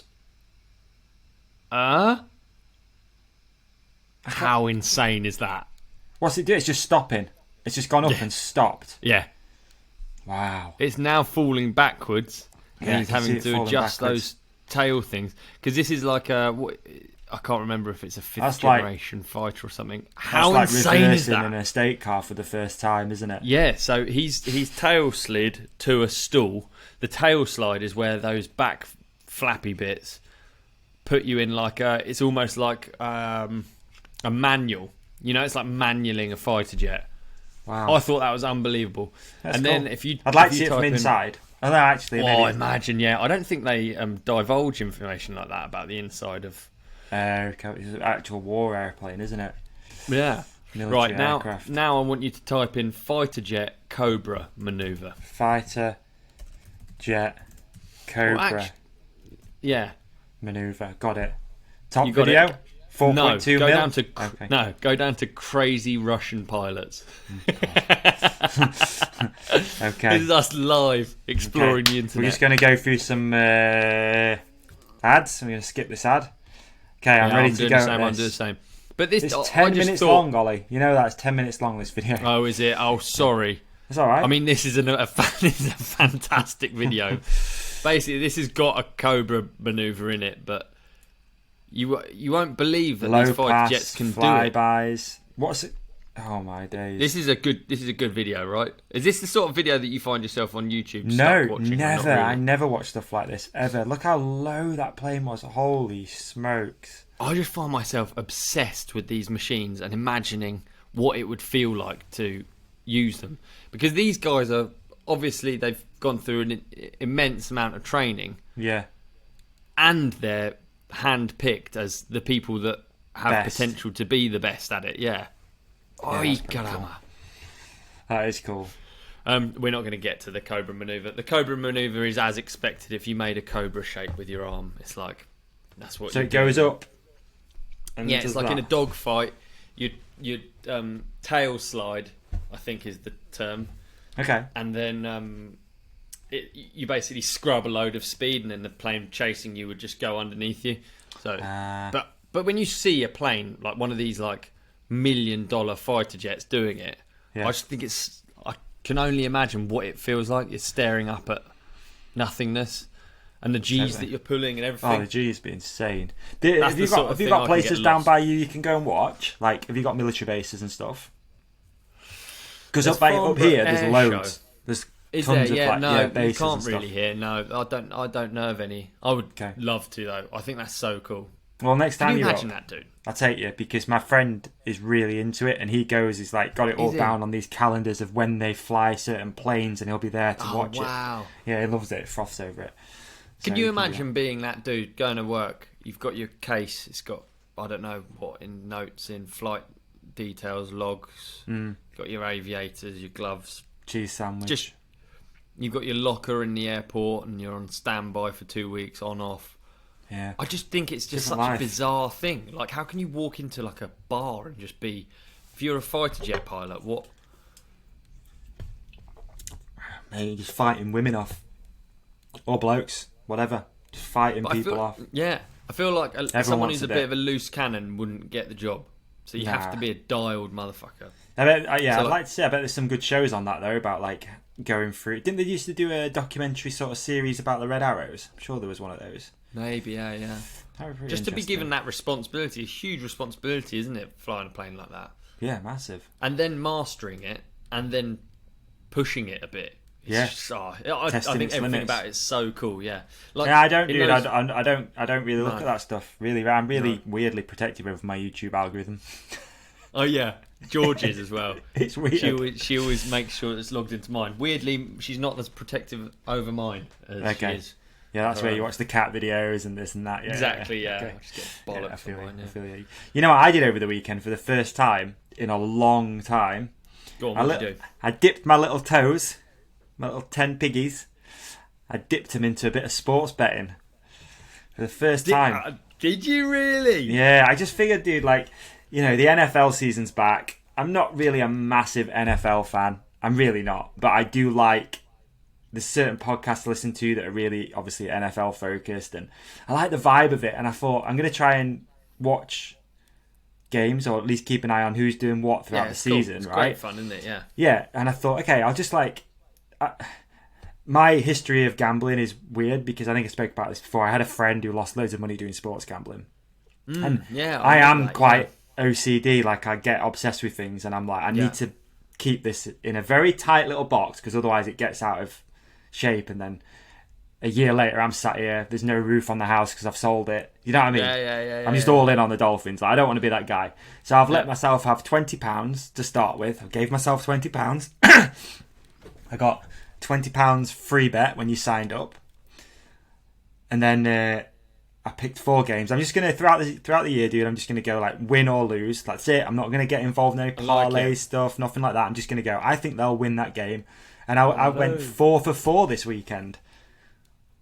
Did you? So how 4 much and money 8. does that mean on a stand, like a regular season NFL game? What we're talking? I think What the are the most I won odds? was a tenner. So Okay, so what you on now? So you want to see? Do you want to know what's in the sports betting account at the moment? I do. I'm really intrigued. It's never grabbed me, sports betting. And Me either. I've always wondered why. I went to Holland with my girlfriend, and it's like such a big part of road cycling. It's why road cycling is so Really? widely spread. Yeah. So they have so many races, and people have appearance fees to turn up. You know, like pro racers get paid to turn up, and then guys walk around checking out who's racing and placing bets on them. It like Jeez. runs the whole thing. Same in cyclocross. Yeah, it's like Didn't know sport runs around gambling. Well, this is what we It's kind of spoke interesting about in the thing, week, isn't it? right? About mountain Yeah. bike gambling. That it's not really a thing. Maybe No. it should. Maybe Daniel should have something. I don't know. I don't want to entice Be people fun. into gambling. That's definitely not what we're doing here. And I can't get my thing to load because it's on Skybet, and every time I go on it, it just doesn't work. And obviously this morning I tomahawked my phone, so yeah. So I can't go on approximately, it. what were we on? We started. I With doubled my 40. money basically. I doubled it. We're on 80. We're on 80. We've got £80 in the Yes, sports dude. betting account. Like So that's it, good. yeah. Yeah, 4 for 4, dude. 4 for 4. Miami Dolphins won, so that was cool. It just makes it a tiny bit. I won't say it makes Yeah, it you more got a horse fun. in the race. I You know got a what you horse- mean. Yeah, exactly. yeah. You got a horse in the race. So I'm just going to keep dipping my toes in it a little bit throughout the year. Just have a few games every weekend just to. I keep an like eye on. it. I wonder if any of our listeners have any tips. We could start doing please. horse racing. It could turn into a horse racing podcast. I Yeah, mean, as if it needs any less structure. Plenty of horse than it chat on already next has. week's episode. Yeah, it's true that. Yeah. That's like the worst teaser in ever. Like you've got to wait 7 days, and they're like, "What? People For horse chat. horse chat." Oh dear. Jeez. Just Well, looking good. to see if there's anything I else I look wrote forward down. to- I made a few notes actually this week. Oh mate, I look forward to fucking joining you on your gambling journey as you descend into the depths of debt and Yeah, no, depression. addiction and and selling depression. things. Oh I've got anything man. left to sell. My dad sells it all. Yeah, there you go. So yeah, I've done that. I talked about e-biking. That was really good. I did write down Ross Edgley. I didn't know if you'd seen any of what Ross Edgley's been doing. Maybe not. No. This is kind of funny actually. Well, it's not funny. He's in hospital, but like he tried to basically break the world record for the longest continuous swim. So he tried to swim. Oh really? Yeah, he did it in Loch Ness, which is what I found interesting. Because obviously I've been in Loch Ness and it wasn't a fun experience for Wasn't me. that good for you, Shit, was it? shit, really, shit experience. Yeah. So Ross Edgley got in. I think he ended up doing 58 hours, 54 hours, basically 50 miles of continuous swimming. And then he's don't put a post understand. on his social media of him in hospital, just saying the swim didn't go well. But that's all he's put out. Like he's not really said anything else. So there's like loads of he get- speculation about what happened. Maybe he got Loch Ness monstered. I don't know. What do you reckon happened? I don't know, dude. I mean, it looks like he's probably just Cold. kept going until he couldn't go any further. Sick of it. Yeah, just Might have got frostbite on his. Would he have a wetsuit on? he had a wetsuit on. Yeah. You Well, Loch might Ness, have you it. see, obviously it's really cold. It's 5 degrees. Like it only ever goes between 5 and 6 degrees. It doesn't get any hotter or any colder. 'Cause It's so Okay. deep. So yeah, he was in there, dude. He was in there for 50. I think it was 54 hours of swimming. Can you imagine that? 54 hours, like no sleep, just swimming. I Treading mean, water, we've already talked eating, about in this swimming. episode. I'm too type 1, and it's why there's a purity to type 1 stuff because it stops you doing it for that long. Yeah, It just seems unnecessary. It just seems like bragging rights. Do you know what I Yeah. mean? I Yeah. think maybe it's telling of my mentality, but I just see that as like, mate, don't be fucking greedy. Just enjoy it for what it is. yeah. What I got believe he did it to raise money for ocean preservation. Oh, or it was- okay, there we yeah. go. So now you make me the bad guy. Yeah, cheers, mate. Yeah. Yeah, what, don't you care about oceans? All right, he was doing it for charity. Get fucked, Ollie. Shut up. You horrible boy. Agreed. Okay, then. Yeah. I also wanted to just mention... Should we do a podium picks? Let's do a podium picks. Come on. We haven't done one for a bit. Well, we did one last week, but we lost it. We lost the audio. We lost so. the podium picks, and I Yeah. feel like it would be hard to regain the magic. We can't do the same podium picks, can we? No. I got one, if you want. Have you got one? I'd like to do one. No, I don't have one. Yours was good shit at- last time anyway. Yeah, Stag shit, do's stag do, awful. wasn't it? Yeah. I had a load of complaints. We did have complaints, from women, believe it or not. Who'd have thought? Multiple. The sun's Well, in my eyes. Hen do's are way worse than stag do's. Oh, mate, can you Some of imagine? the stories from them, you only hear them in whispers as well. They're absolutely they don't get spoken about, do they? no, because you know. Exactly. Exactly. There we go. Exactly. We all know. We know what you're up to. Yeah, cats. All right, I got one. We'll do podium picks. So if you've never played podium picks before, folks, comment section is open on the YouTube or wherever you watch or listen. We're going to choose our top 3 of a random subject, a little bit of context as to why, and then we move on and we wrap this thing up. It's Like one it. of my favourite segments, I'll be honest with you. I really like It's podium picks. fantastic. I like podium Likewise. picks. I'm just moving around a little bit, folks. If you're watching on the YouTubes, just got sun in my eyes. Some of your chubs. Okay, here we go. All right, podium picks. We're going to do top 3 alcoholic beverages. Are we now? Yeah. Okay. 'Cause You've we're got both yours not- lined up. We're both not drinky, are we? No.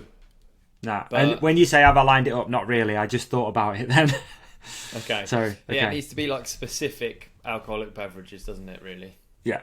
Okay. Whoa, Yeah. that's tough for me. I'll be honest. Yeah, it's tough for me as well. I'm not going to find this easy. I think I can do it though. Yeah. Okay, I'll go first. All right. While you go have a think, first, 'cause I yeah. think you're going to... Dude, this sun in my eyes. Let's get that studio sorted. Holy shit. We need to, don't we? Bloody hell. Let's kill it. Okay. Number 3. A cheeky one. Don't have it very often. Always love it when I have it. Fireball. Fireball whiskey. I think it's a whiskey. Yeah, it is. I know that. Yeah. I do like it. I do like it. I do like it. Aniseed sort of. It's quite sort of spicy, I guess you'd call it. I don't really know what it is. Hot. I don't know. It's got an edge, hasn't it? Yeah, I've had it before. Yeah. I like a shot of Fireball. That's gonna. You know, if you have a shot of Fireball, you know it's going to be a bloody good evening. There you go. So like an expensive whiskey. Yeah. Probably quite cheap Fireball whiskey, to be honest. Expensive? Probably a cheap whiskey, actually, yeah, because good whiskey is really expensive, isn't it? Good whiskey's very expensive. It's like smooth. Do you know? I tried for a long time to just drink whiskey because I just like the idea of it more than Same. anything. I do that. I do that. I made an effort when I was younger, and I think I've given up now. I've given up now a bit. I do that exact same thing. I do that. I'm like, I really like the idea of having a nice whiskey, and then I drink it, and I'm like, disgusting. Yeah, it's tough, isn't it? All right, number 2. Number two is I'm gonna go with Bud Light. Can't go wrong with a Bud Light. Sports fans' beer, isn't it? Yeah, I hear you. Sports betting now, NFL, Bud Light. So yeah, I'm all about the vibes on Bud Light. Just cold Bud Light. You can't beat it. It doesn't leave you too much hangovery. Yeah, and then my number 1 all-time best alcoholic beverage is a pina colada. Nice, dude.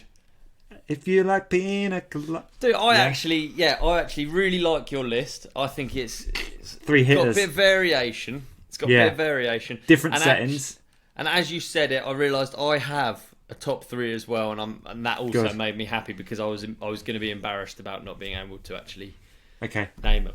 But yeah, I think pina colada is just holidays, isn't it? It's just holidays. Yeah, you can't be sad with a pina colada in your hand. No, you can't. What's the song?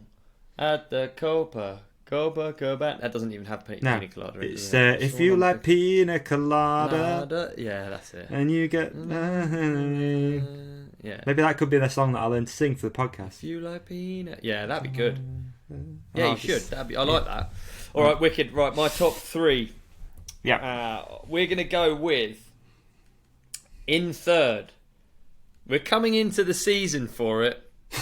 Mulled wine. Love a mulled wine. I think it could be a mixture. It's because A, it's got loads of sugar in it, and B, the alcohol's been cooked off, so you can drink loads of it, and it's warm.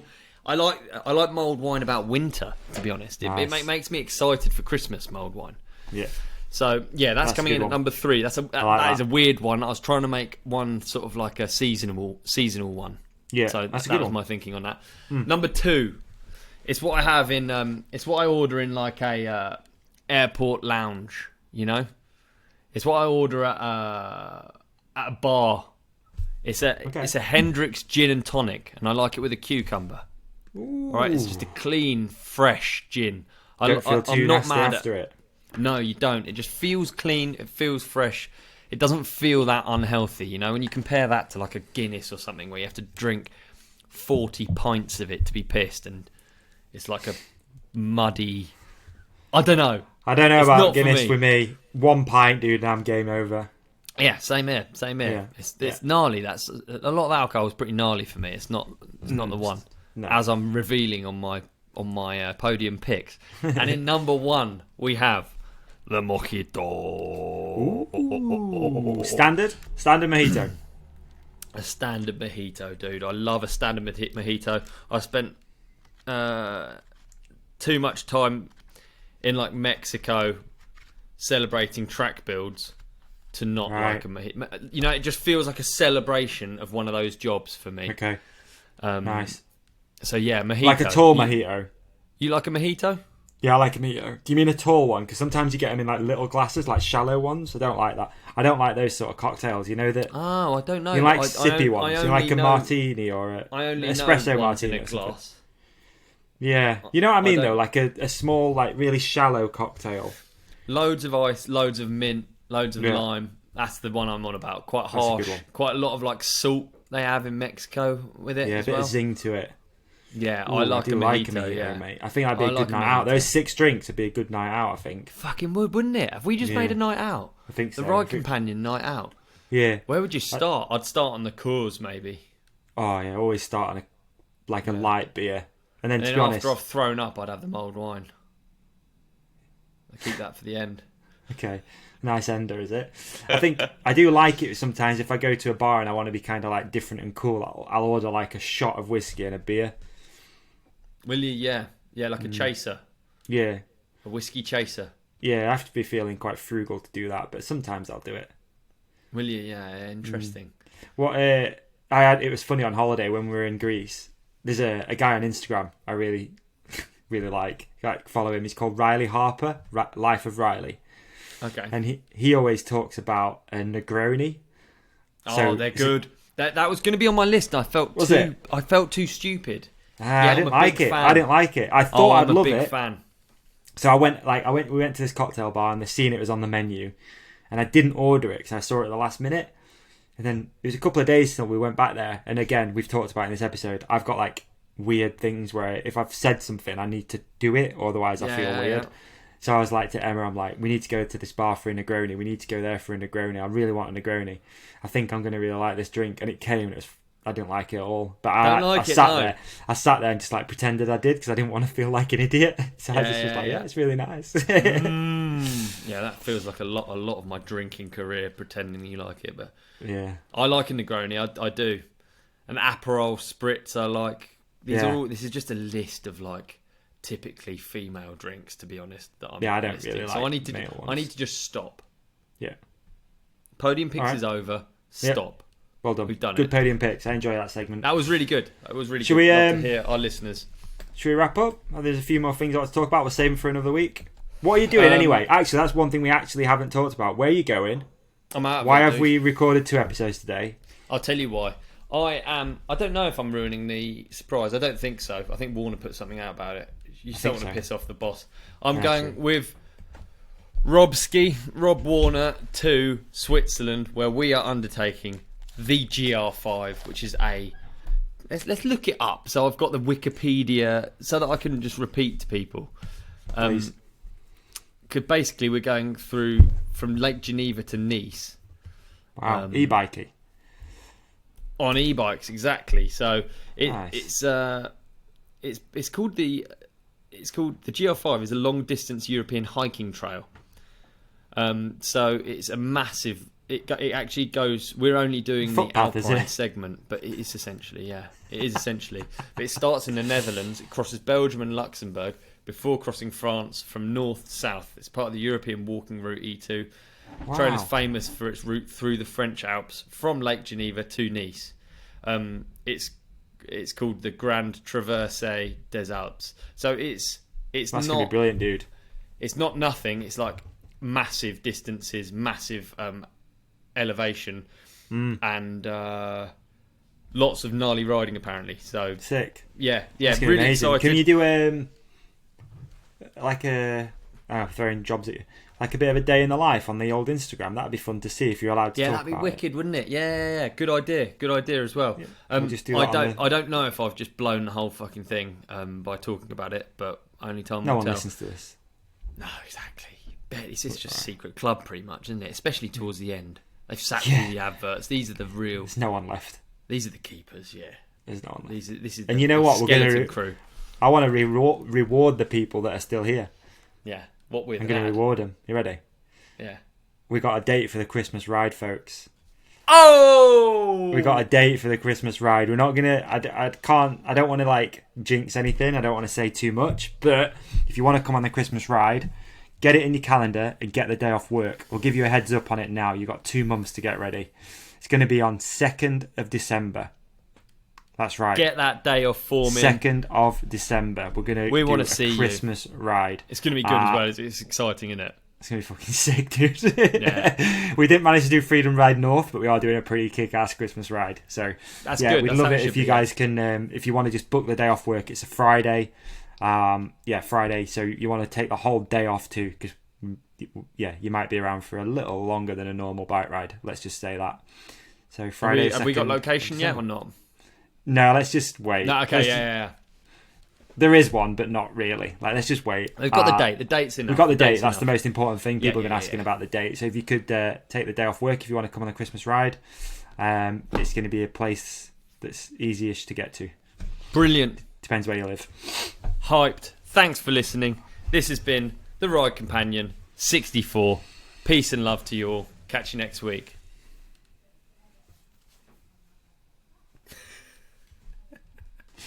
Gets weird.